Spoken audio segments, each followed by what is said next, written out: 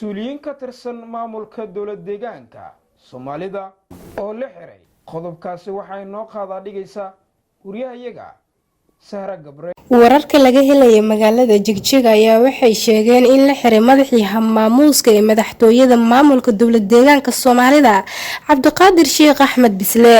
sidoo kale wararka ayaa waxay intaasi ku darayaan in la xiray madaxii hoggaanka nabadgelyada ee dowlad deegaanka Soomaalida Cabdiqaadir Caadil kadib markii xilka qaadis lagu sameeyay.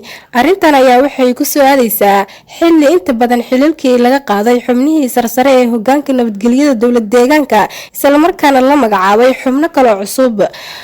sababta tilaabooyinka loo qaaday ayaa ilaa hadda si rasmi ah loo shaacinin, waxaana la filayaa in maamulka saacadaha soo socdo faahfaahin ka bixin doono tilaabooyinkan.